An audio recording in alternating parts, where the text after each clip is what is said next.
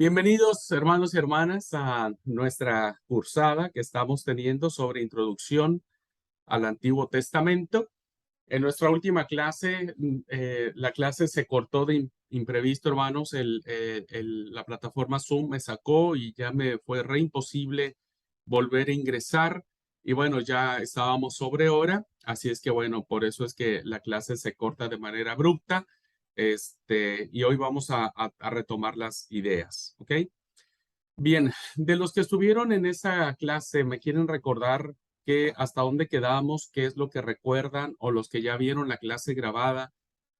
¿Qué estábamos abordando? Para mí es muy importante saber el tema que estábamos abordando eh, al final, ya la segunda hora, porque la primera hora cerramos el tema del recorrido histórico de todos los grandes temas que encierra el Antiguo Testamento.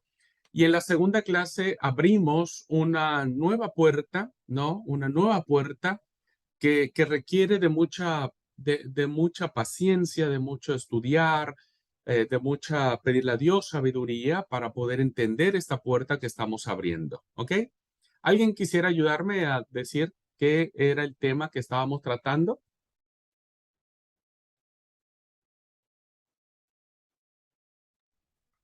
Sí, pastor. Si mal no recuerdo, hablábamos de la postura de la ciencia con respecto a la creación del mundo, ¿no es cierto? De la postura científica y la postura bíblica, por ahí del inicio, ¿no es cierto?, de la creación. Ok, ok, ok. ¿Alguien más quiere compartir algo?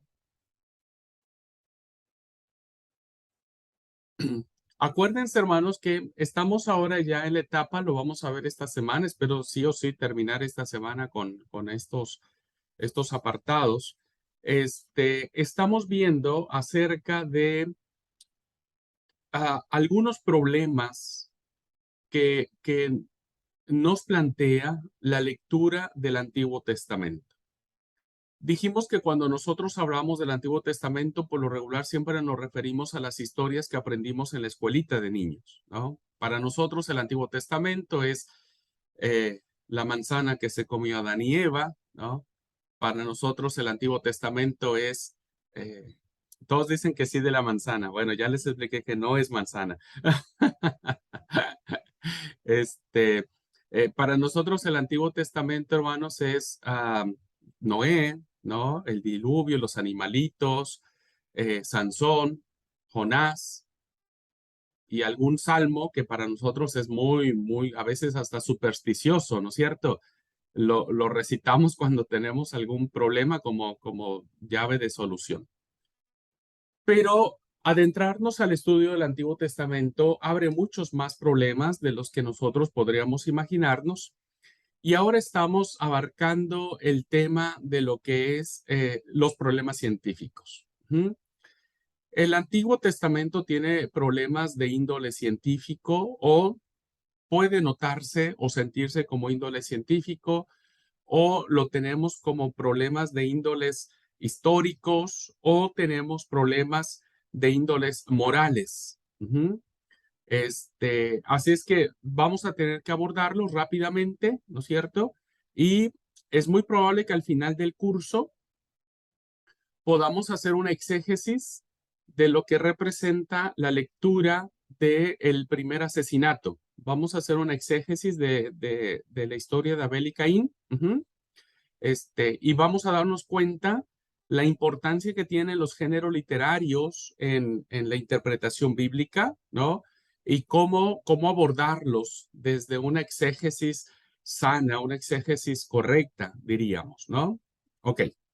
Bueno, entonces, ¿qué es lo que planteamos en la última clase? Voy a compartir la pantalla y rápidamente dijimos, hermanos, que cuando uno se enfrenta a una situación como la que planteó Galileo Galilei, perdón, un segundito, que planteó Galileo Galilei, donde decía que quien gira no es el Sol, sino que el que gira alrededor del Sol es la Tierra, se opone claramente, ¿no?, a lo que plantea el libro de Josué en aquella memorable guerra que existe y que de manera poética el libro, el redactor sagrado dice, detente luna en Gabaón y tu luna, sol en Gabaón y luna en Aquilón.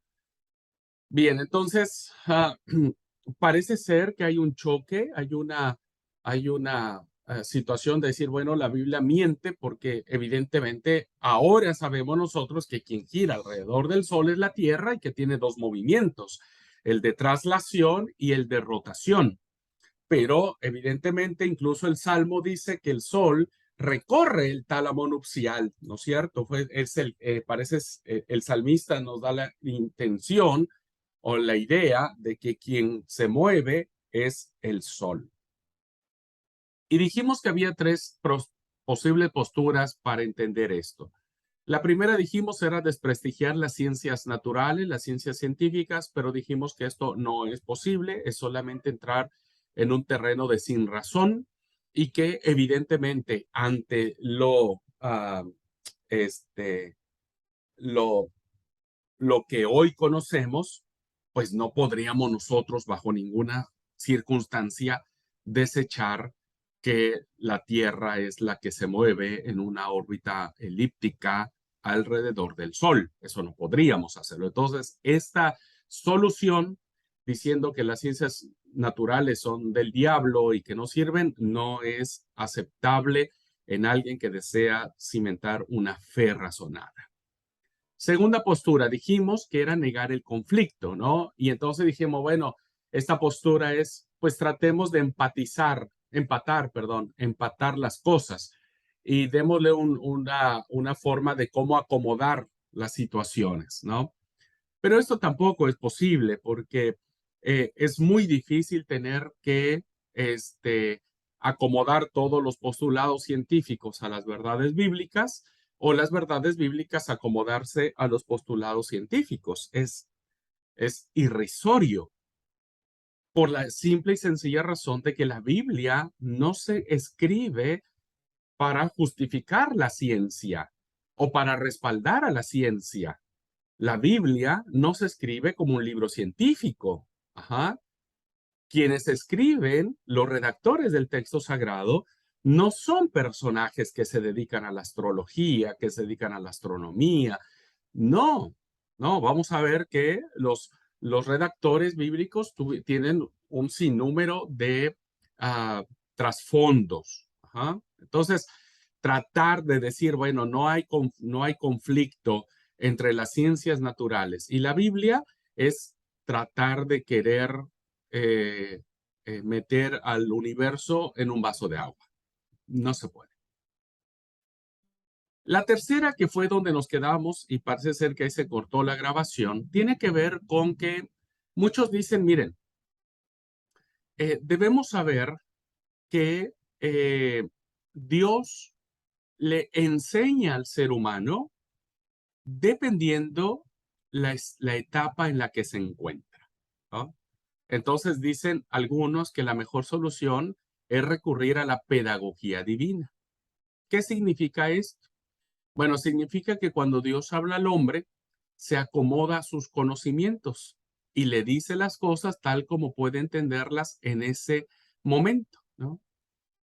Y eso no significa que lo esté engañando, simplemente que lo que está diciendo es que el ser humano no siempre tuvo el razonamiento y la capacidad y la inteligencia que hoy tiene.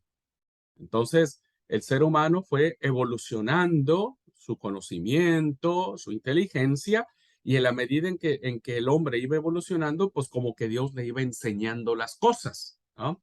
Por eso es que la Biblia, pues no habla de muchas cosas científicas, porque para ese momento, según esta postura, nos dice que el hombre, pues no estaba preparado para entenderlas. Entonces, los patriarcas Abraham, Isaac, Jacob y todos ellos, ¿no es cierto?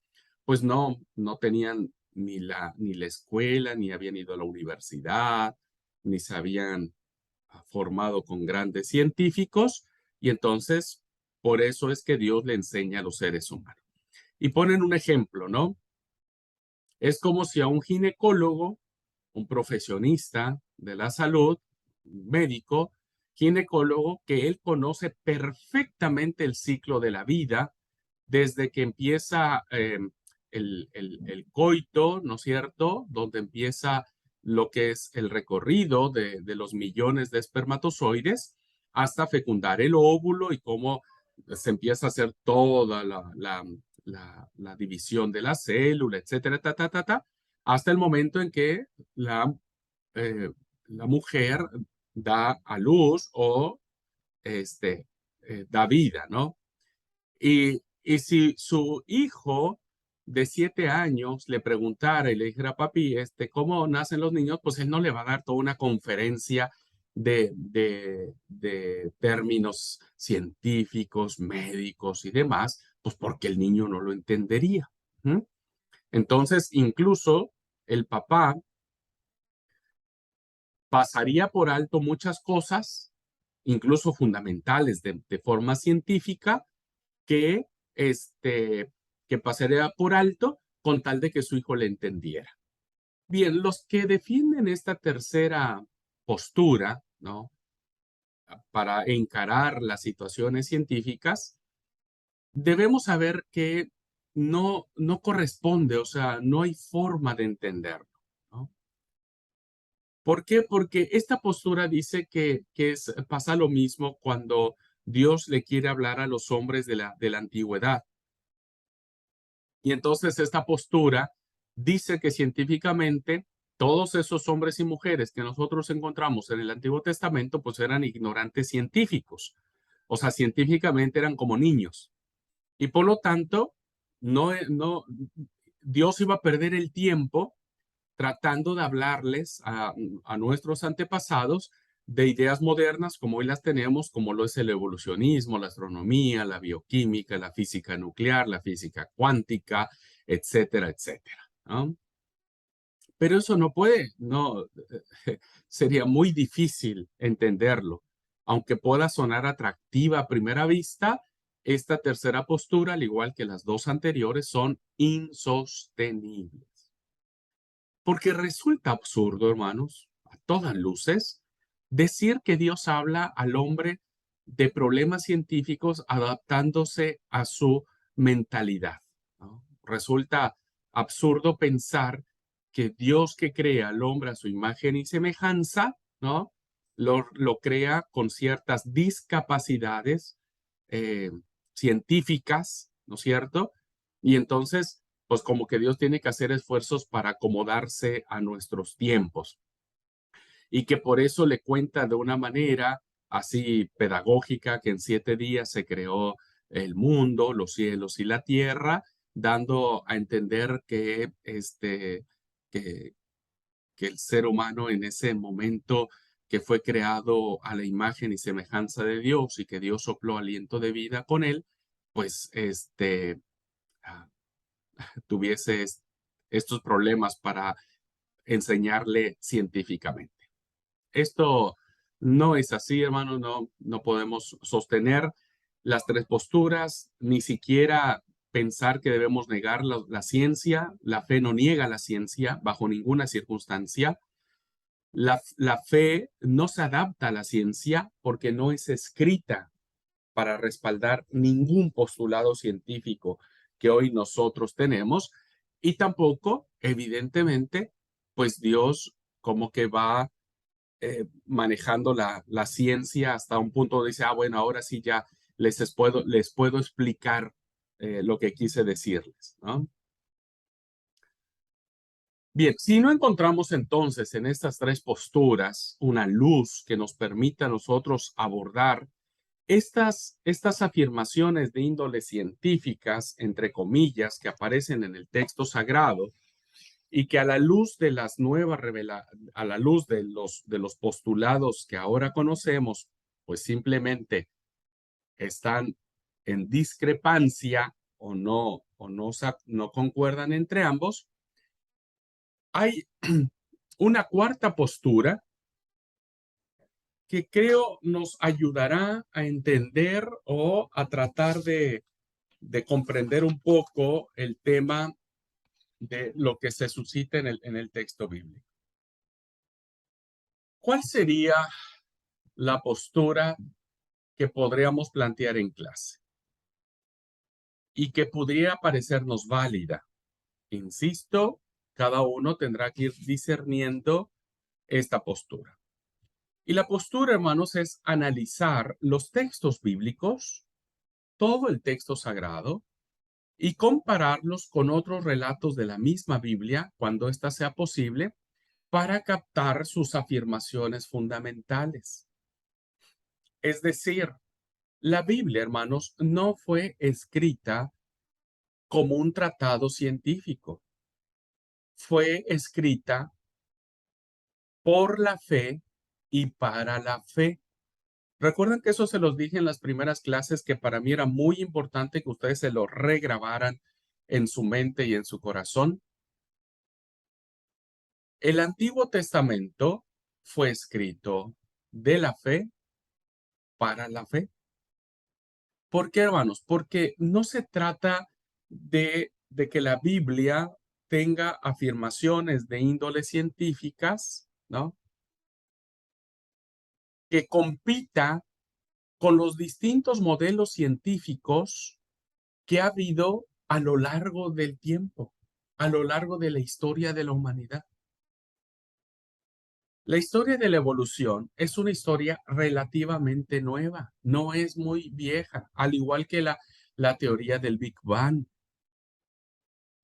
Anteriormente, había otros modelos científicos para explicar lo que sucedía en la naturaleza, en el universo, en la Tierra. Y les puedo asegurar, hermanos, que conforme avancemos, nosotros también estaremos viendo que la ciencia moderna o postmoderna va a ir descubriendo un montón de cosas, como los famosos agujeros negros, ¿no? Entonces, la Biblia está escrita en términos teológicos y por lo tanto tendríamos nosotros que ver cuando haya una afirmación científica, diríamos, comparar en la medida de los posibles con otro relato de la misma Biblia para saber cuál es el mensaje teológico que encierra esa afirmación. No la cuestión científica, sino el mensaje de fe, ¿no? Porque la Biblia es eso. No es un libro de historia, no es un libro científico, ¿no? Sino es un libro de fe. Así que se advierte que la Biblia utiliza modelos científicos entre dos grandes comillas, hermanos, que a veces parecen ser opuestos e irreconciliables. Parece ser que son opuestos, que, que no dicen lo mismo. La Biblia recurre mucho a eso, ya lo estaremos descubriendo a lo largo que profundicemos en el texto sagrado. Pero esto significa no que la Biblia mienta, no que la palabra de Dios sea una mentira, sino simplemente que fue escrita mucho más trascendente que una postura científica. Significa que lo esencial para la Biblia no es la verdad científica, sino una determinada visión del mundo. Cómo veían, cómo conocían nuestros antiguos, sin tener tantos instrumentos, tantos aparatos, tantos inventos que hoy el hombre de hoy tiene, pues antes no lo sabía, hermanos, no lo sabía. Ajá. Pero quienes escribieron el texto sagrado, evidentemente se dieron cuenta y percibieron la realidad que los rodeaba. Percibieron que había un cielo, había unas estrellas, había un sol, ¿no? Había árboles, había toda una naturaleza. Y entonces tuvieron que ir descubriendo, bajo la influencia del Espíritu Santo, qué significaba el mundo desde los ojos de Dios, no desde los científicos, sino desde la fe, ¿no? Y entonces, esta determinada visión del mundo que plantea la Biblia puede ser compatible, no quiere decir que sea igual, puede ser compatible con cualquier modelo científico moderno o futuro que tengamos, porque eso no va a cambiar. las verdades esenciales de la vida, pues no van a cambiar. ¿Ok? Vamos a verlo en un ejemplo para que puedan entenderme o yo pueda, perdón, darme a explicar mucho mejor de lo que esto quiero decirles. ¿Ok? Muy bien. Vamos a comparar los dos relatos de la creación porque estos dos relatos nos ayudarán a entender lo que les acabo de decir. Ujú. Así es que, bueno, primero, yo les había mandado un mensajito, hermanos y hermanas, sobre leer los dos relatos de la creación en distintas versiones. Me gustaría saber si lo hicieron, porque va a ser muy útil para la clase hoy y no se queden colgados en la explicación que vamos a tener. Eh, quien lo haya hecho, menciónenme, por favor, qué les pareció, qué, qué vieron de interesante, qué, qué les llamó la atención, qué cosas notaron diferentes.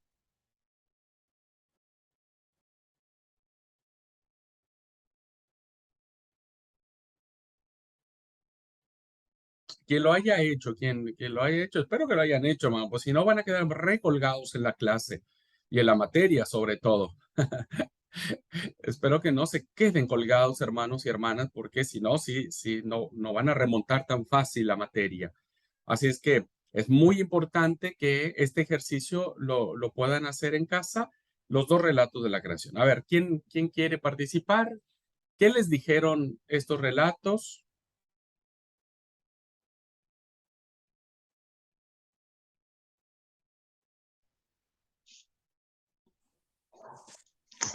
Hola. Sí, hermana Esther, adelante. Ya no me acuerdo mucho porque lo leí en ese momento, pero ahora lo vuelvo a repetir.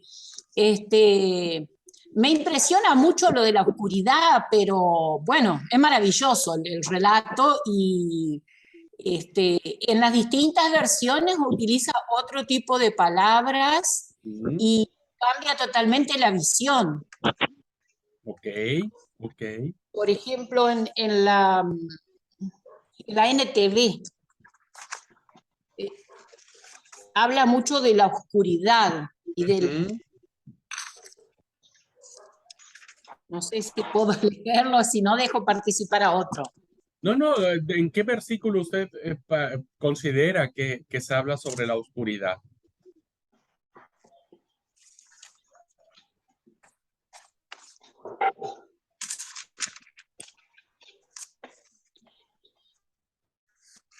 Lo tengo que ver. No, no, en lo que a lo mejor otro participa, usted lo encuentra, ¿ok? Dale, dale, dale. Tata. Gracias. ¿Quién más? ¿Nati? Sí, buenas tardes.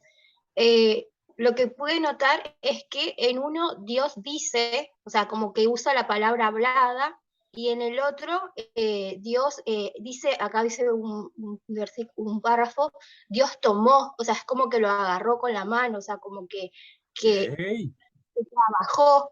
En una parte que leí de internet también decía como que era como un alfarero. Y en la otra, Ok. siempre uno en las escuelitas siempre utilizaba, y es Dios dijo, y se formó la tierra, se formó el hombre, todo con la voz, y después, bueno, utilizó las manos.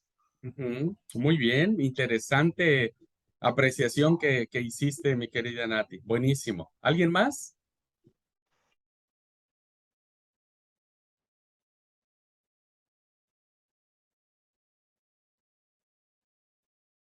Permiso, pastor. Adelante.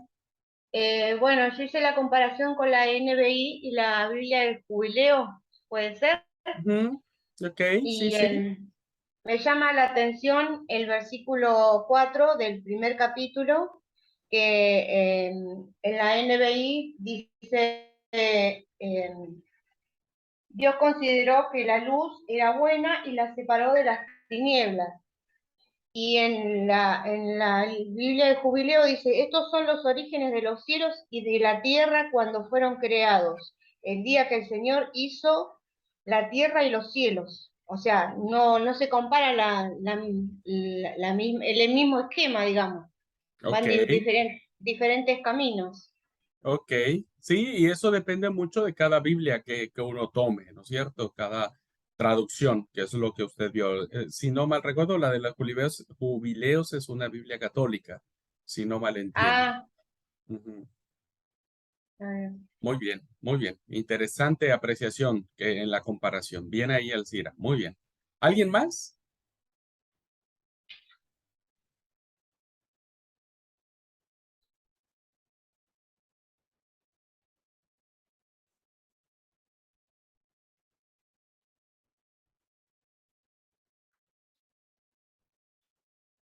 A ver, les Permiso, pregunto.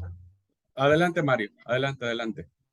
sí, yo por ahí no le vi tanta diferencia entre las versiones que leí, pero vi mucha diferencia por ahí entre el primer relato y el segundo relato Ok, que aparecen ahí. Porque en un momento, principalmente en la parte donde crea al hombre y a la mujer, porque en el primer relato creó al ser humano, los hizo hombre y mujer, como que los creó a los dos medio juntos, por así decirlo. Y en el segundo relato especifica que crea primero a Adán, después ve que Adán necesita una ayuda idónea, como dice, y de su costado saca la costilla y crea a Eva, ¿no es cierto? Hay varias, ese era uno de los puntos que más me quedó, pero son varios por ahí los puntos que cambian entre un relato y el otro. ok, ok. Y bueno, muy bien. Vamos permiso, acercándonos. pastor. Adelante, Norma. Me llama mucho la atención que solo en un capítulo crea al hombre, crea toda la creación, cuenta de los ríos, cuenta todo en un capítulo solo, cuenta toda la creación de una, ¿no? Y en Génesis 1 dice que creó, solo separó nomás las cosas, ¿no es cierto? En la creación, ¿no? Y en el principio creó Dios los cielos. Y ahí dice, en un capítulo cuenta todo sobre el hombre y sobre donde él vivía y todo. Un resumen muy, muy grande, muy amplio es. En un capítulo todo, ¿no es cierto? Ok. Y eso es lo que me llama la atención, dónde vivía el hombre, Ujú. cómo fue creado el hombre, qué es lo que había, todo en un capítulo solo. Muy Eso bien. me llama mucho la atención. Muy buena La observación. Biblia es la BNI, La NBI. BNI, Ok, ok. contemporánea, Muy bien. contemporánea. Ujú. A ver, les pregunto, ya Mario adelantó un poco la respuesta, pero para que quede claro a toda la clase. Estamos de acuerdo que estamos ante la presencia de dos relatos de la creación, ¿no? Si nosotros leemos Génesis 1:1, parece ser que es el inicio del primer relato. En el principio creó Dios los cielos y la tierra. ¿Mm? Y ahí se va hasta el capítulo 2, versículo 3, donde encierra la verdad del sábado. Pero después parece ser que inicia otro relato en el capítulo 2, versículo 4, que dice, estos son los orígenes de los cielos y de la tierra cuando fueron creados el día que Jehová Dios hizo los cielos y la tierra. Bien, entonces estamos ante dos relatos de la creación. ¿Ok? La pregunta lógica sería,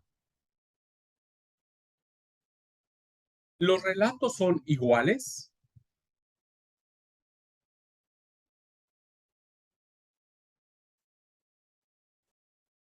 ¿Son iguales los relatos?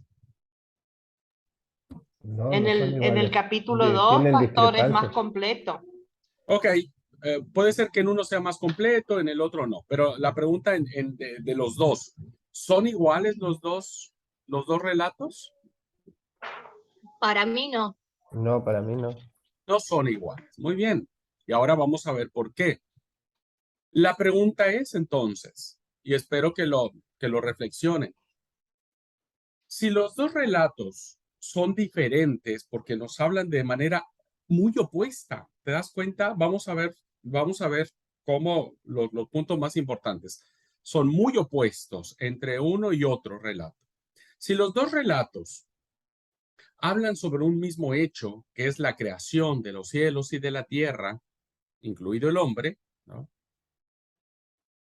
¿Cuál de los dos relatos es el verdadero? Si los dos relatos hablan de un mismo hecho, porque no pudo haber sucedido de dos maneras, porque entonces sí, ahí estamos conflictados, fue un solo hecho. Dios crea los cielos y la tierra. La pregunta es, ¿cuál relato es el verdadero?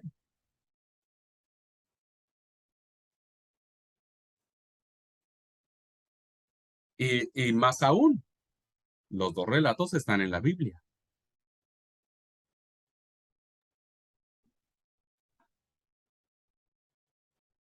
¿Qué pensarían?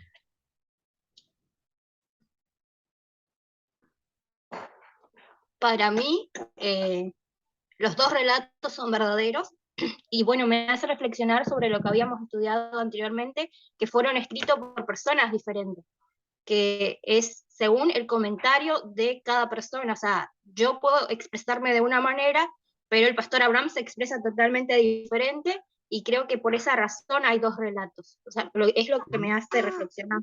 ¿Ok? ¿Piensan ustedes que la respuesta de Nati sea suficiente para decir entonces, el ser humano fue creado por la palabra de Dios o fue creado del polvo de la tierra? ¿De qué manera realmente el hombre se formó? Porque el primer relato nos dice que solo fue creado por el poder de la palabra.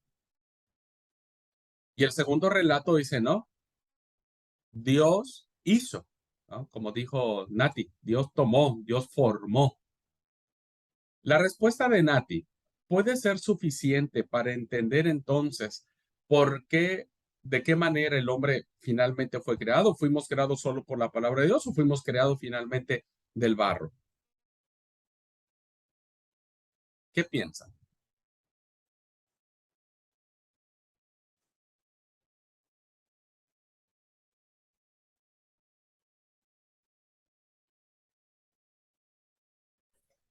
¿Podemos arrancar del capítulo 3 de Génesis para adelante?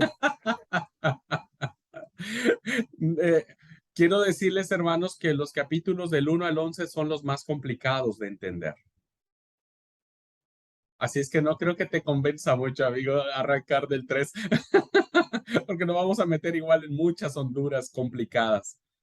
Los capítulos del 1 al 11 del Génesis son muy interesantes. No es que sean difíciles, pero muy interesantes para entender. Ahora, Pa- vamos a ver. Sí, Norma. Pastor, una parte es más detallada, un capítulo es más, solo los detalles son más, pero el significado es el mismo. Bueno, Siempre vamos a decir, todo es lo mismo, pero solo que hay algunas partes, los detalles nomás que cambian. Bueno, vamos a ver que esos detalles no son tan detalles. No son tan detalles. ¿Ah? No es como que una sea un resumen y el otro sea uno más extenso. No, hermanos. Los dos relatos tienen una belleza impresionante. Y vamos a entrar a eso. ¿Ok? Voy a compartir la pantalla para guiar un poco la explicación.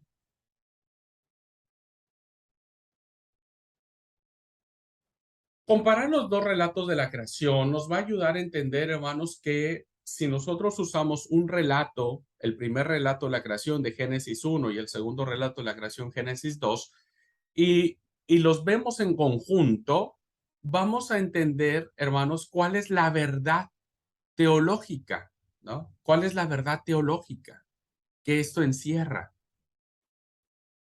Eh, Son dos narraciones independientes.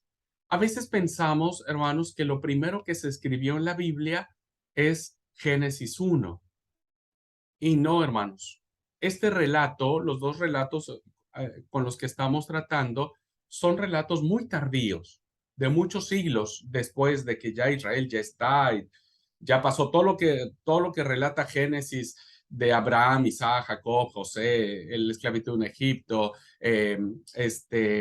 Moisés, la tierra prometida, incluso hasta la monarquía, más o menos, hasta ese tiempo, ¿no es cierto?, se empiezan a confeccionar estos relatos de la creación.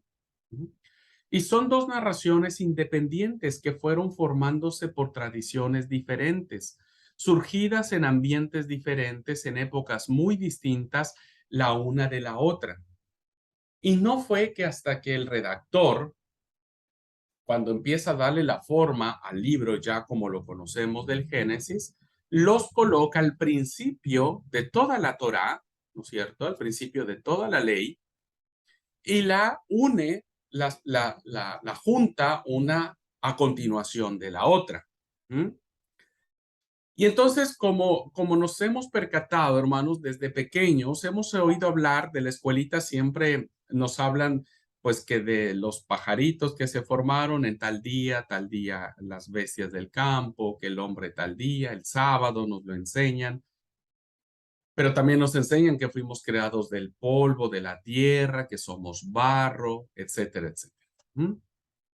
Bien, sin embargo, hay grandes diferencias entre ellas. Vamos a verlas un poco para entender qué es lo que quiso darnos a entender el redactor sagrado sobre estas dos narraciones. Bien, ya hablamos sobre esto, se los dejé a leer los dos primeros capítulos. Ya los leímos. Muy bien. Vamos a ver el primer relato.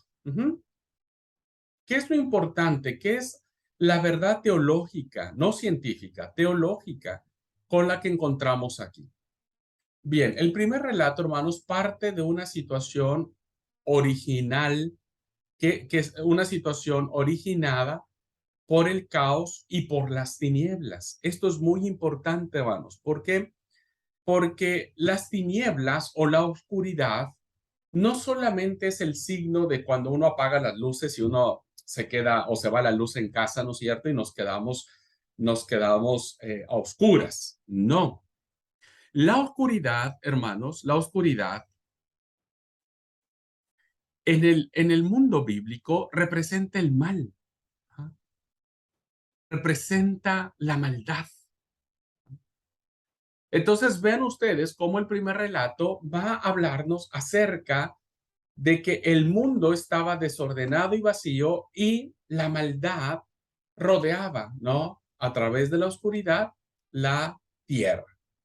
Pero algo muy importante, hermanos, es que este es un relato dominado por el agua. Usted vuelva a leer todo el relato y usted va a encontrar agua por todos lados, por todos lados. A este relato se le llama la cosmogonía acuática, porque es un relato donde, en primer lugar, hay oscuridad, hay caos, ¿no? Y este caos estaba sobre la faz de las aguas. Y después vemos que hay separación de las aguas en el versículo 6, ¿no? Hay 3 veces, fíjense, en el versículo 6 del capítulo 1, hay 3 veces que se repite la palabra agua. Luego dijo Dios, haya expansión en medio de las aguas, separe las aguas de las aguas. Versículo 7, y separó las aguas que estaban debajo de la extensión de las aguas que estaban sobre la expansión, y fue así. Es decir, es un relato donde está enmarcado por agua. Y el agua tiene mucho que ver en todo esto, tiene un simbolismo. No es que se haya escrito porque no haya otra forma de decir las cosas, sino tenía una razón de ser. Además, es un relato que nos va a decir que la creación fue hecha por espacio de 6 días. Y entonces en 6 días va a decir, y dijo Dios sea tal cosa, y dijo Dios sea tal cosa, y dijo Dios, y fue la noche y la mañana del primer día, fue la noche y la mañana del segundo día.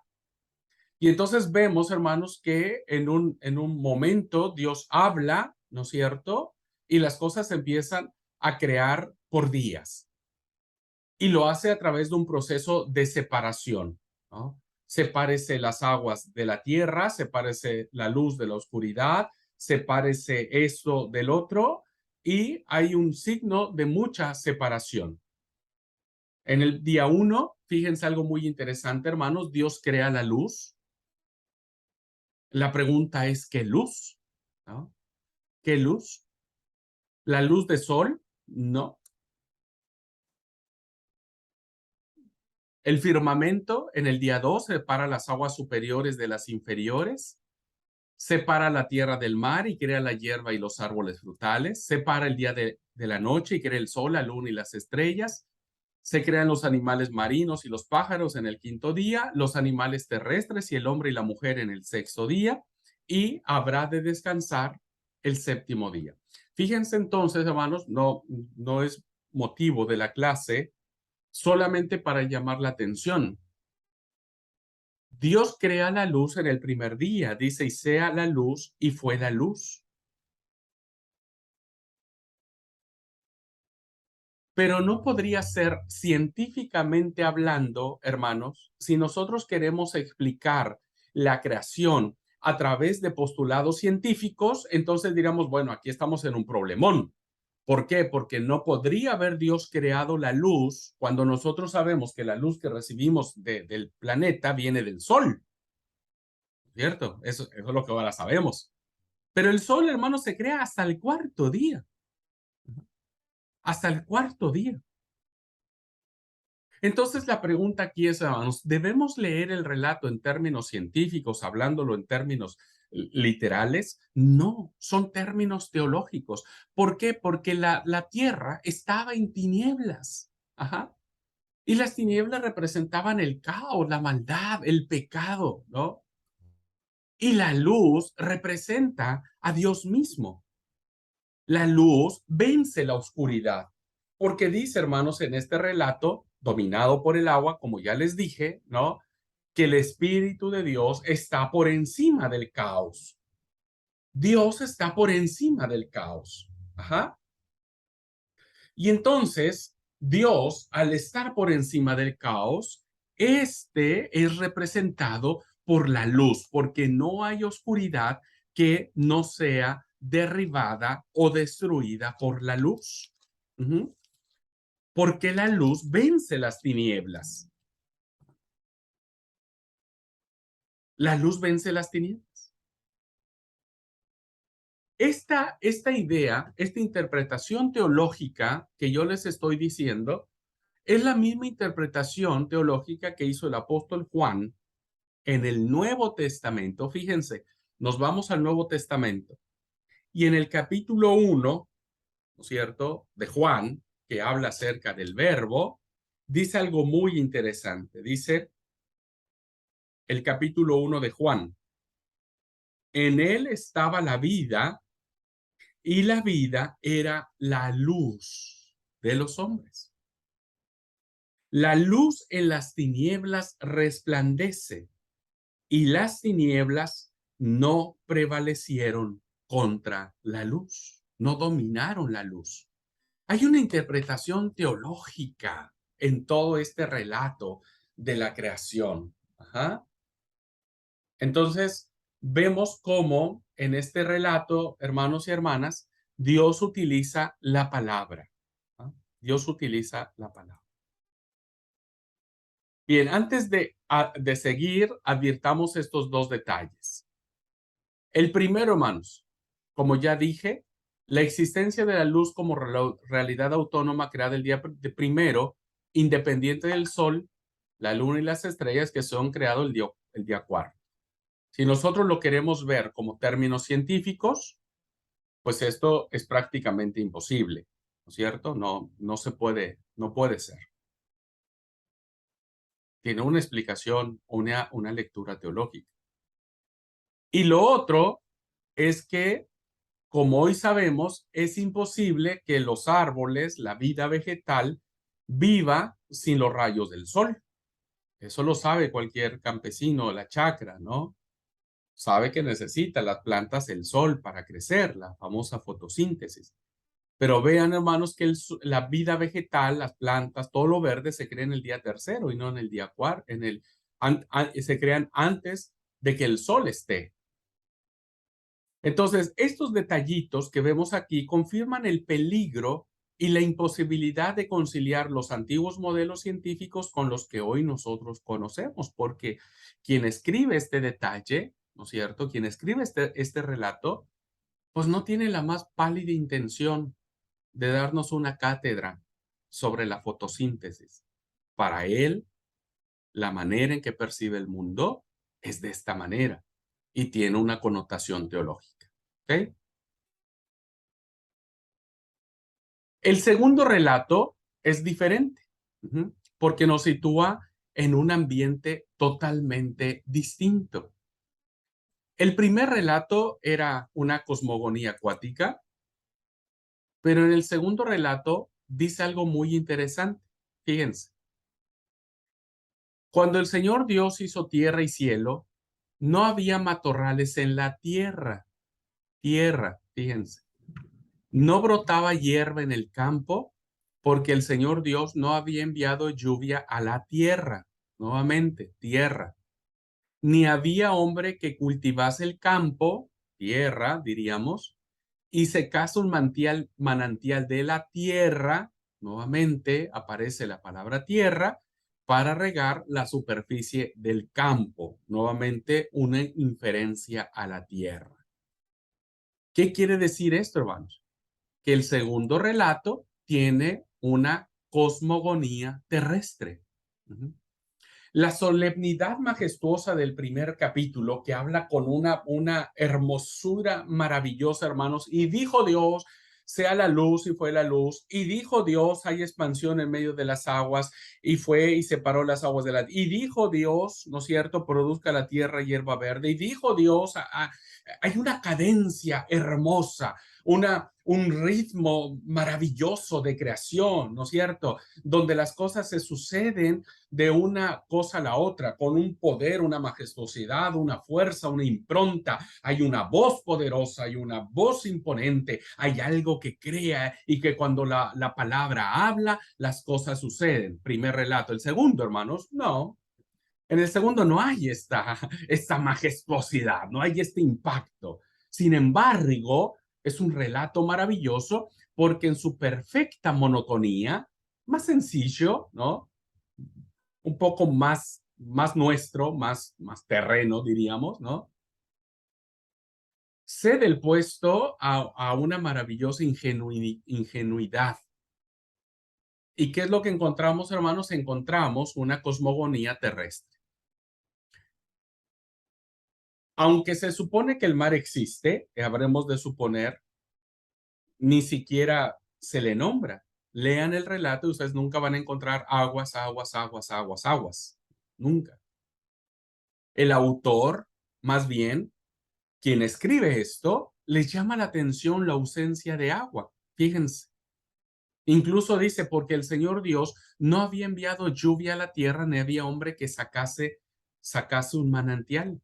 Hay una ausencia, al parecer, del primer elemento que compone el primer relato de la creación, ¿no?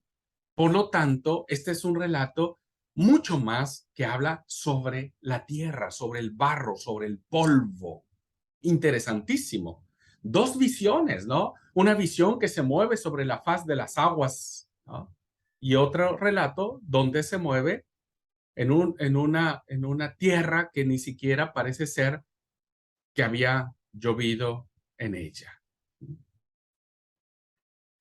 Entonces, vemos una diferencia o vemos las diferencias muy interesantes aquí. Antes de crear a nadie, hermanos, a ningún ser vivo, vegetal o animal, en el segundo relato de la creación, Dios va a crear al varón. Primero al varón, Adán, ¿no? Adán.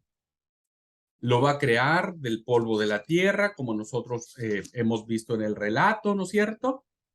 Lo forma del polvo de la tierra, sopla en su nariz aliento de vida, etc.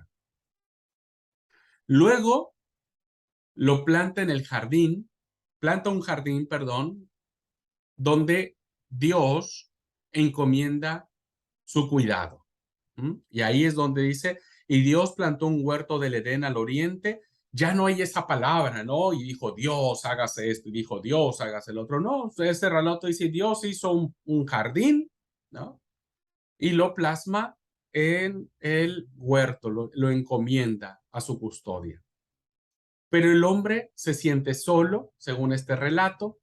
Dios modela de arcilla las fieras y los pájaros para que los sirvan de compañía, ¿no? Dice el versículo 19, Jehová Dios formó pues de la tierra toda bestia del campo y toda ave de los cielos, es decir, no solo Adán es creado del polvo de la tierra, sino también todas las bestias del campo, ¿no es cierto? Las fieras, los pájaros, para que los sirvan de compañía.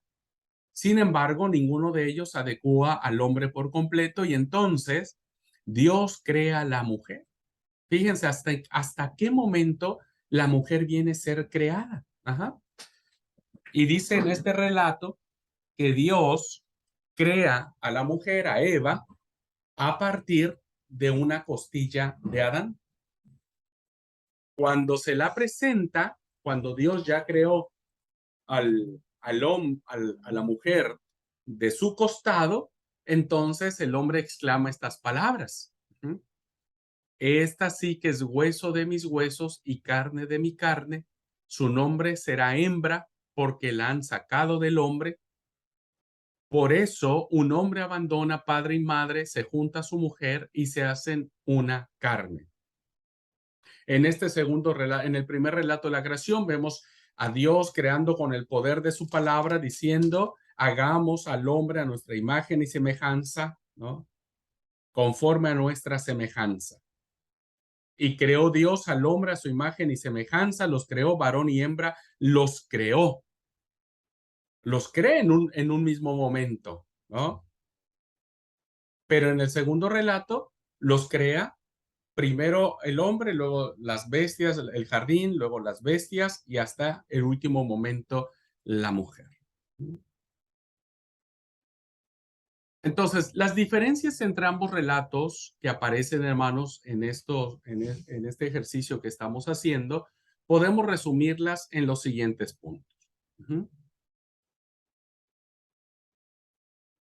Primero, entendemos que el orden de la creación es absolutamente irreconciliable. No hay forma de conciliar los dos relatos porque en el primer relato, primero se crea la luz, luego lo que hemos explicado y al último el hombre. En el segundo relato, primero se crea el hombre, luego el jardín, lo verde, diríamos, luego los animales y hasta el último la mujer. En Génesis 1, como dijimos, es eso. Se trata de vegetales, peces, pájaros, animales terrestres, la humanidad, hombre y mujer creados simultáneamente. Y en el segundo relato, en Génesis 2, primero encontramos a Adán, luego los vegetales, luego los animales, los pájaros y finalmente a Eva. Y esto es ahí donde nosotros planteamos esta pregunta que dijimos, ¿no? Si decimos que el orden del capítulo primero es el verdadero, pues no puede serlo el del capítulo segundo. La pregunta sería, ¿cuál es entonces el orden que Dios reveló de su creación? Pues los dos están en la Biblia. Vamos a tratar de dar esta respuesta a esta inquietud. Segundo punto, los medios para crear. En Génesis 1, Dios emplea exclusivamente su palabra. Basta que dé una orden para que su deseo se cumpla. Y dijo Dios, no necesita Dios hacer nada, solamente su palabra es suficiente. Pero en Génesis 2, Dios aparece como una especie de alfarero, que moldea de arcilla a Adán, igual que a las fieras del campo y los pájaros del cielo, o como un artista que trabaja la costilla del hombre para sacar de ella a la mujer. Vemos en estos relatos, hermanos, cómo de manera interesante se manifiesta a Dios, ¿no? El primer relato nos habla de un Dios poderoso, de un Dios que solo el poder de su palabra es suficiente para crear de la nada todo cuanto existe. Pero en el versículo 2 vemos a un Dios comprometido con su creación. No es un Dios ajeno, no es un Dios distante, como los dioses de la antigüedad, ¿no? Sino es un Dios que se compromete, que está metido en su creación y que es capaz de ensuciarse las manos. Porque un alfarero, hermano, se ensucia las manos. Agarrar tierra, agarrar polvo, hacer barro, inevitablemente es ensuciarse las manos. Y entonces vemos a un Dios que se ensucia las manos. Es un Dios que está en su creación, que pertenece a su creación y que está comprometido con su creación, cosa que antes las divinidades antiguas, hermanos, no existían. Los dioses de antes no se ensuciaban con su creación. Estaban muy distantes de sus criaturas. Pero el Dios verdadero, el Dios de Israel, es un Dios que tiene el poder para hablar y es un Dios que tiene el poder para hacer, para formar, para crear. Es un artista. Toma una costilla, ¿no? De manera metafórica, toma la costilla del hombre y Dios crea de esa parte del hombre, de su costado, a una mujer. Qué interesante, hermanos. Esta parte arquitectónica de un Dios que de a poquito va formando, va dándole forma, así como lo hizo con Adán, ahora lo hace con Eva. Hay dos medios diferentes para crear en los relatos. Tercer punto que podemos decir acerca de estos dos relatos: el fin del hombre. ¿Por qué Dios crea al hombre y a la mujer? Según el primer relato, hermanos, que se enfoca en lo grandioso, en la majestuosidad de la creación, ¿no? Dice: creced, multiplicaos, llenad la tierra y sometedla. Dominad los peces del mar y las aves del cielo y todos los vivientes que reptan sobre la tierra. Es decir, que este es un programa de futuro abierto al progreso y a la conquista de nuestro mundo como tarea encomendada por Dios. Entonces, este relato habla acerca del hombre que está por encima de la creación, ¿no? Y que lo ha dado para sojuzgar, para someter, ¿no? Con autoridad. Es un relato que le da autoridad. Es un relato de una profunda conquista del hombre sobre la creación. Sin embargo, en Génesis 2, el límite es más modesto. No hay esta solemnidad, ¿no? Victoriosa o guerrera o de triunfo que aparece en el capítulo 1, sino más bien en límites más modestos. La función del hombre en este relato era guardar y cultivar el jardín plantado por Dios. O sea, hay dos finalidades diferentes, dos maneras de entender al ser humano diferentes. La relación hombre-mujer, que esto es muy importante, hermanos, muy importante. En el primer relato, debemos saber que los dos, tanto hombre como la mujer, son creados al mismo tiempo y ambos aparecen como reflejo de Dios. Mucho daño ha hecho el machismo en nuestras creencias, en nuestras formaciones sociales, culturales y desgraciadamente, y creo yo que es un pecado muy grande en nuestros aspectos religiosos. El machismo ha hecho mucho daño a la creación de Dios, mucho daño, ¿no? Vivimos en sociedades o en culturas donde se dice que el hombre es el que tiene que hablar, el que tiene la autoridad, ¿no? La mujer tiene que callarse, la mujer no puede hablar, mucho menos en el templo. La mujer no puede predicar porque eso es para hombres. La mujer no puede enseñar porque eso es para hombres, ¿no? La mujer tiene que estar callada, sumisa. Por un lado deben sentarse los hombres y por el otro lado tienen que sentarse las mujeres, porque el hombre es diferente. El hombre es eh, la gloria de Dios, es la cabeza de la casa, es el que grita, manda y ordena.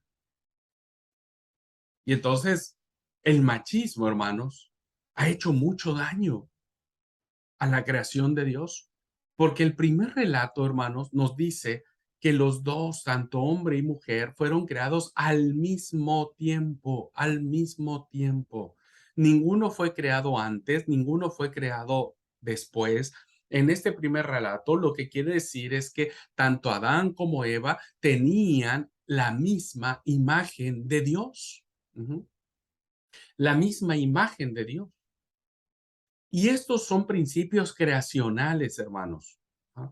Esto es lo que realmente importa. Después vendrían las distintas interpretaciones que mucha gente le daría, ¿no es cierto? Incluso nosotros mismos. Pero el relato es claro y dice, y creó Dios al hombre a imagen de Dios lo creó, varón y hembra los creó. Al autor del relato le interesa el sentido de la humanidad en el mundo. No cree que el hombre está por encima de la mujer, jamás. Los dos aparecen como señores de la creación animada e inanimada porque los dos, hombre y mujer, reflejan la imagen del Creador. Es una tontería cultural, social y religiosa creer que el hombre tiene mayor valor que la mujer. Eso no es de Dios, hermano. Eso más bien, y si me permite decirlo, es una obra de Satanás. Quien piensa así, quien crea de esa manera, está haciendo la obra de Satanás. Porque la obra de Satanás es confundir, es engañar. Este relato, hermanos, nos dice que a los dos se les dijo, ¿no es cierto? Y los bendijo Dios, los bendijo. Nunca dice el texto, y lo bendijo Dios. Nunca habla del hombre, ¿no es cierto? Y dice, y los bendijo Dios, y les dijo, fructificad y multiplicaos, y sojuzgad la tierra. Los dos, hombre y mujer, son iguales ante Dios, tienen el mismo valor porque ambos tienen la imagen y la gloria de Dios. A eso vino Jesús. Desafortunadamente fue una de las cosas en las que él se encontró y por eso vino a dignificar a la mujer, ¿no? La vino a dignificar. Cualquiera que ose humillar, lastimar a una mujer porque cree que tiene el derecho, porque cree que es el sexo débil, está cometiendo pecado y está haciendo la obra de Satanás.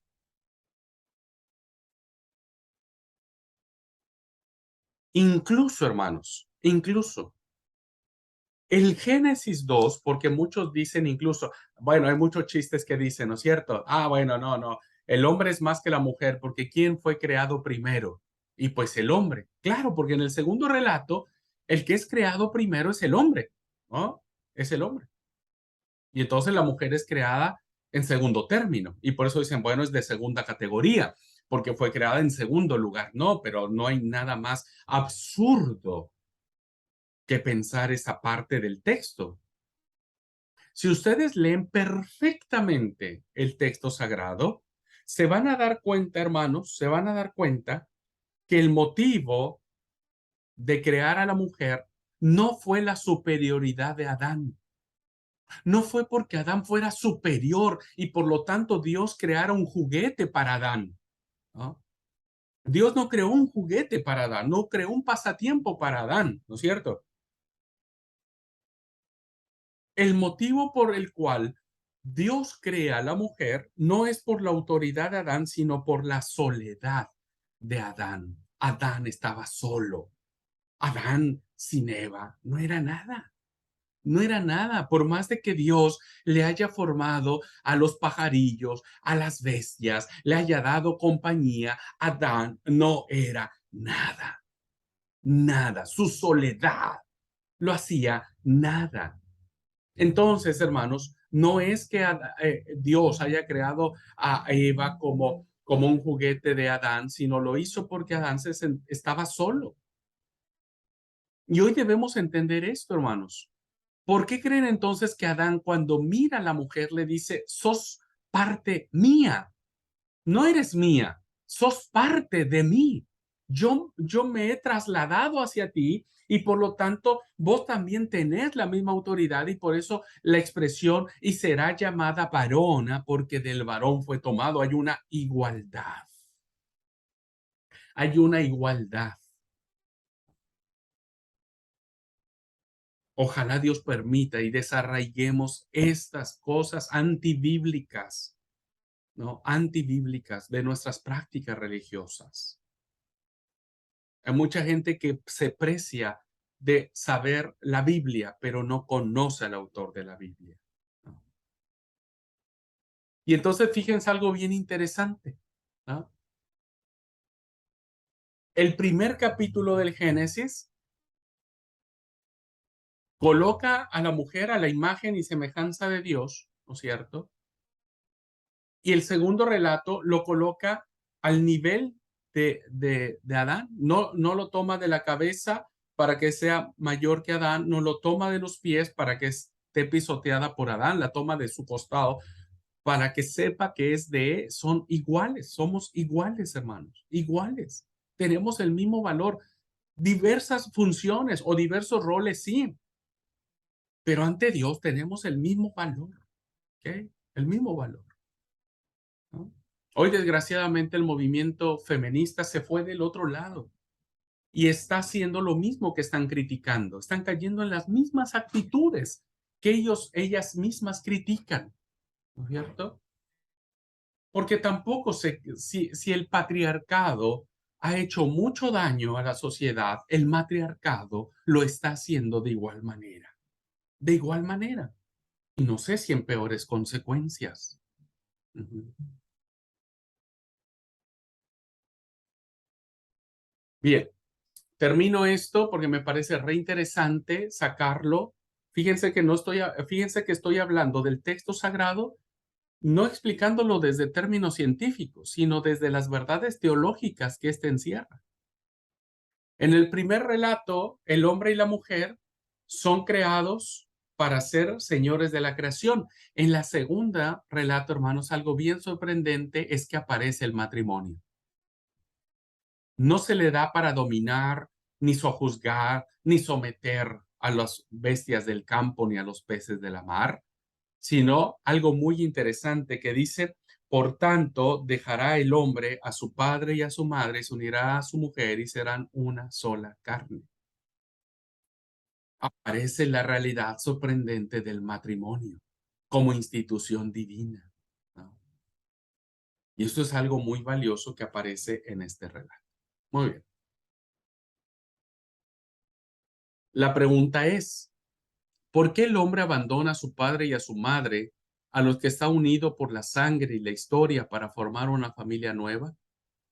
¿Es tan irresistible la atracción para la mujer?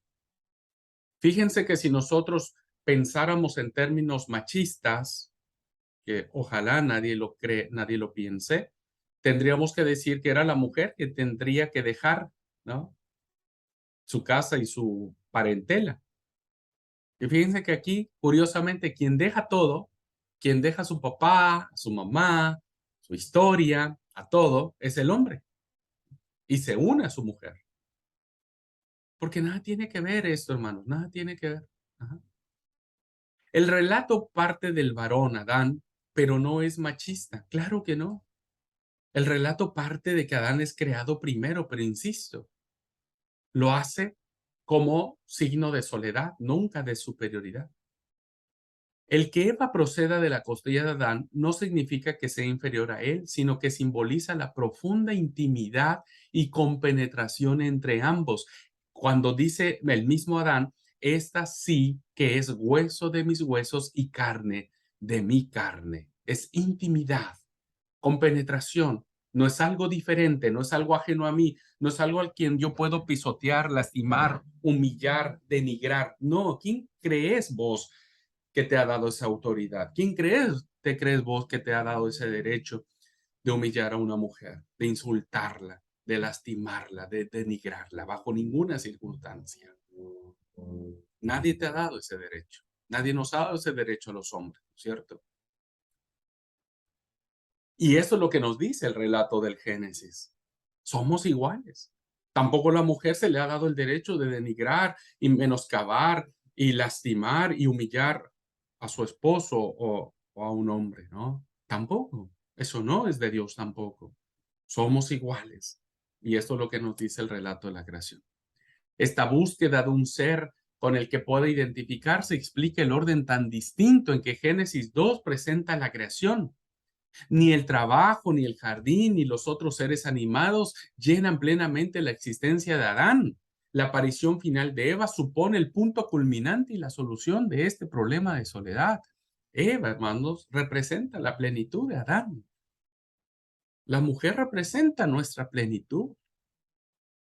Sin la mujer no seríamos nada, hermanos. Hombres diríamos, ¿no es cierto? No seríamos nada. Ojalá alumnos y alumnas del seminario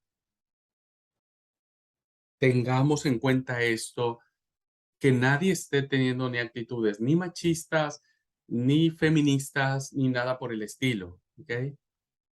Tenemos que saber que hombres y mujeres tenemos la misma dignidad, el mismo honor, porque ambos tenemos la imagen de Dios. Ambos tenemos. Bien, esta rápida comparación, hermanos, entre los dos relatos paralelos demuestra que a los autores bíblicos les interesa primordialmente, las afirmaciones científicas porque habla de creación, habla de formación, pero usan modelos de su tiempo. Hablan de cómo ellos lo percibieron, de cómo ellos lo entendieron, que es muy diverso entre sí, pero necesitan expresarse de algún modo tiene que decirlo. No pretende presentarlos como decir, no, mi primer relato es así como tiene que decir porque es palabra de Dios, porque Dios así lo dijo. Y el que escribió el segundo relato dice, no, a ver, paren un poco, no, este es lo que Dios dijo. No entramos en esa tensión de decir quién tiene la verdad, ¿no? Más bien, yo les decía, lo que dijo Nati nos ayuda a comprender este punto. Sí, porque cada autor tuvo su forma, su manera de comunicar esta verdad, ¿no? Tuvo esta forma de decirlo. Y un autor lo hizo con esta belleza, con esta majestuosidad teológica de la palabra, del agua, del caos, de las tinieblas, de la luz, del descanso sabático, ¿no? Y el otro fue mucho más modesto, pero mucho más profundo, ¿no es cierto? En cuanto a un Dios que se compromete, un Dios que se ensucia las manos, un Dios que da dignidad, que cree el matrimonio como un símbolo de intimidad y de permanencia en la tierra. Sus ideas básicas de los autores de estos relatos, la relación de todo lo creado con Dios, la misión y puesto del hombre en el mundo, la relación entre hombre y la mujer, lo que hemos visto, estas ideas básicas que hemos estado analizando son compatibles con cualquier teoría científica, presente o futura, que no niegue la existencia de Dios. Si hay una teoría, hay una situación científica que no niega a Dios, tranquilamente podemos decir, y mira, pudo haber sido en el segundo, en el tercer día el sol. Lo importante es saber quién creó el sol, y es Dios. Podemos decir que el hombre y la mujer fueron creados en el mismo momento, ¿no? Al mismo instante. O podemos decir que el hombre y la mujer fueron creados primero uno y luego el otro, pero lo más importante aquí es quién los creó. Dios. Dios.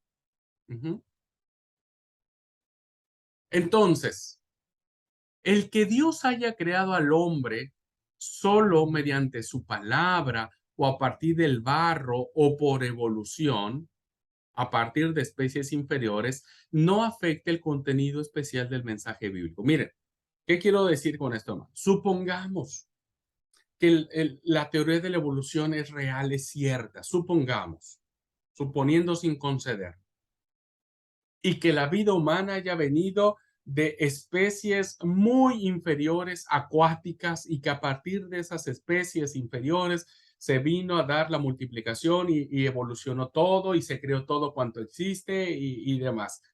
La pregunta es, ¿quién creó esas especies inferiores? ¿Quién las creó? Dios. Por lo tanto, ¿qué es lo que queremos decir con esto, hermanos? Los relatos de la creación no tratan de definir la verdad de cómo sucedieron las cosas. Los relatos de la creación lo que hacen es establecer con toda certeza y con toda autoridad que quien creó los cielos y la tierra no fueron los dioses paganos, que quien creó los cielos y la tierra no fueron los dioses de los pueblos en el cual Israel tenía contacto, que quien creó los cielos y la tierra no fueron los dioses que crean a sus criaturas y luego los maldicen, los matan, los olvidan. En los relatos de la creación nos dicen, hermanos, que quien creó los cielos y la tierra no son los dioses, ¿no es cierto?, que no tienen relación con sus criaturas. Los relatos de la creación nos dicen que quien creó los cielos y la tierra es Dios, y solo Dios, el único Dios verdadero, ¿no? El Dios que hace alianza con su pueblo en el Sinaí. ¿Ah? Los relatos de la creación nos dicen que ya sea que por el poder de la palabra o por la hechura de sus manos, Dios es el creador de todo cuanto existe. Esa es la verdad teológica, esa es la verdad esencial del mensaje bíblico. Es Dios y solo Dios. Todo fue creado por Él y para Él. Entonces, no necesitamos pelearnos con eso. No necesitamos entrar en discusión sobre eso, ¿no? Porque al final, incluso muchos científicos han reconocido que Dios, pues, es el arquitecto de todo cuanto existe. Entonces, hay unas palabras de un escritor del siglo XVIII que dice, la Biblia no nos enseña cómo está hecho el reino, sino cómo se va al reino. Creo que eso es algo muy importante que podríamos tener. En definitiva, queridos hermanos y hermanas, para cerrar esta clase de los problemas científicos que podríamos enfrentar en el texto sagrado, el conflicto entre la Biblia y las ciencias naturales no debería existir. ¿Ah? Lo hemos creado nosotros con nuestra ignorancia y con la manía de presentar como revelación divina lo que era simplemente una explicación humana. O sea, fue la forma en que los escritores sagrados pudieron decirnos a su entendimiento que por encima de todo, Dios es el creador de todo cuanto existe. Y de eso se trata los relatos de la creación. Muy bien. Preguntas, hermanos. Preguntas. ¿Quedó claro? ¿Qué no se entendió? ¿Qué piensan de esto?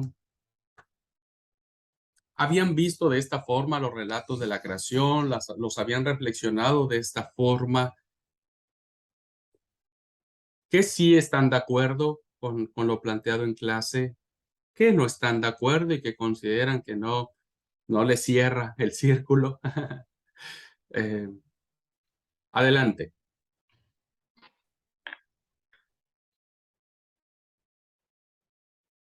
Permiso, pastor. Sí, hermana Alcira. Para usted, ¿cuál versión de la Biblia entonces es conveniente tener en uso diario para leer? Como lo vimos nosotros en la clase de la historia de la Biblia y sus traducciones, ninguna Biblia es 100% fiel, diríamos, o 100% sin errores. ¿Mm? Porque evidentemente todas las Biblias parten de los manuscritos que los traductores tienen a la mano. Entonces, dependiendo de los manuscritos que tengan, pues es de ahí donde van a tomar la base para hacer sus traducciones. Más bien, hablamos siempre de Biblias honestas, más que fieles, ¿no? ¿Por qué? Porque hay Biblias que cuando hacen una traducción, dicen, miren, en el manuscrito que nosotros tenemos dice de esta forma, pero hay otros manuscritos que dicen de esta otra forma, ¿no? Entonces uno como estudiante de la Biblia dice, ok.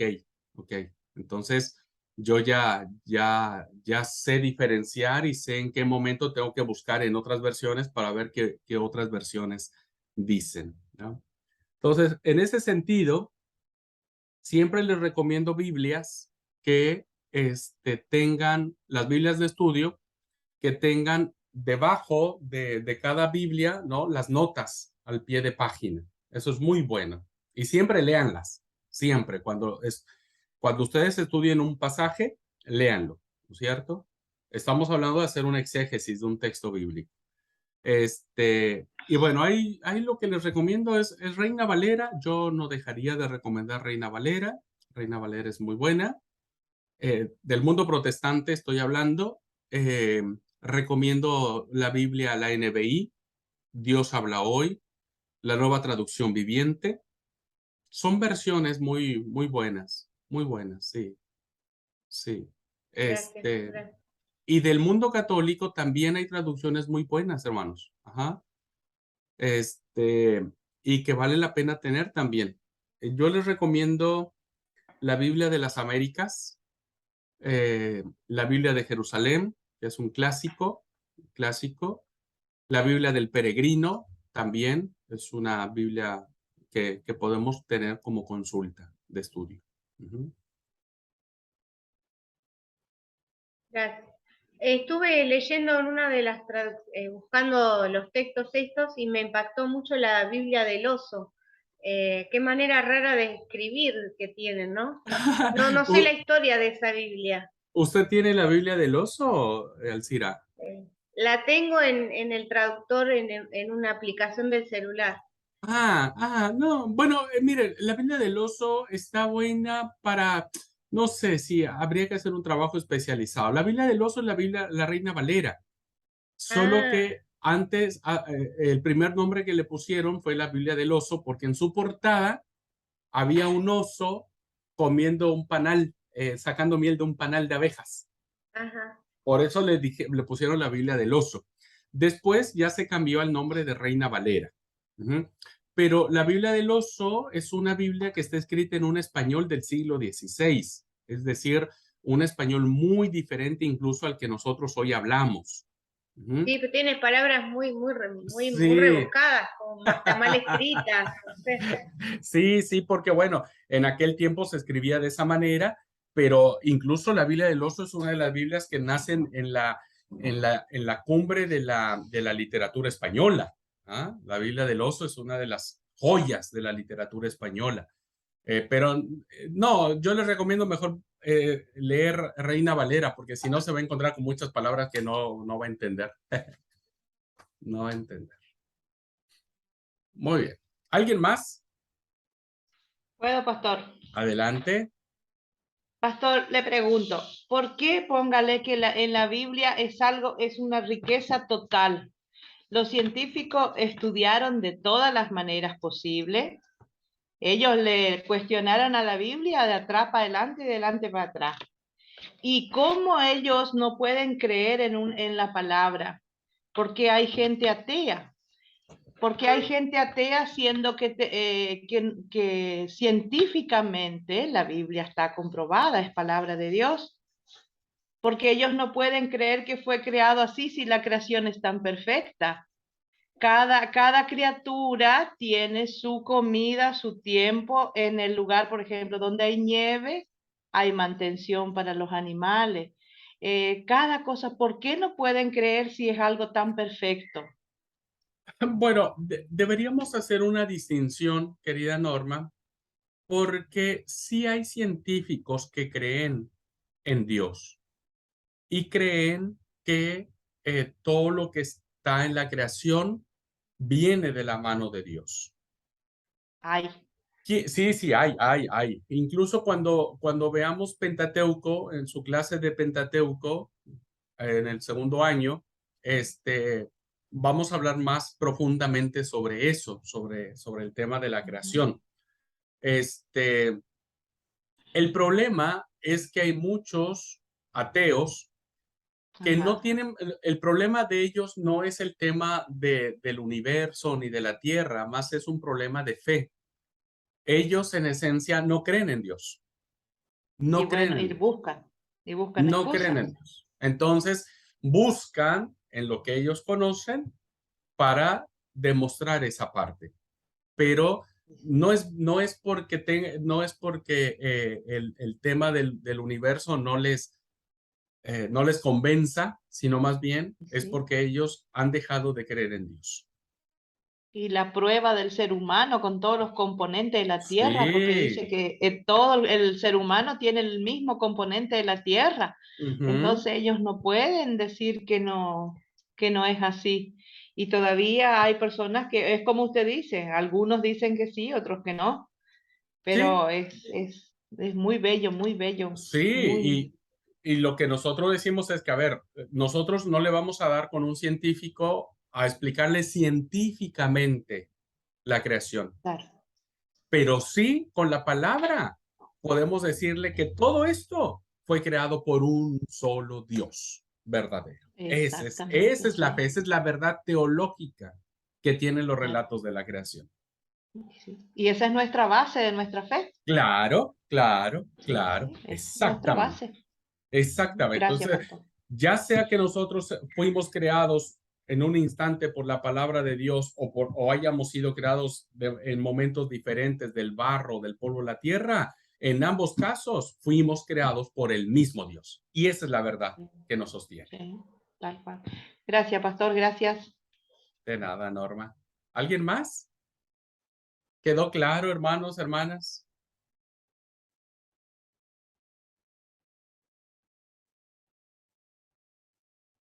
Mario con el emoji que tiene me dice que sí a todo. Bien ahí, me dice Mario. Bueno, si no hay preguntas, hermanos, vamos a tomar 5 minutitos de descanso y volvemos a la clase. ¿Ok?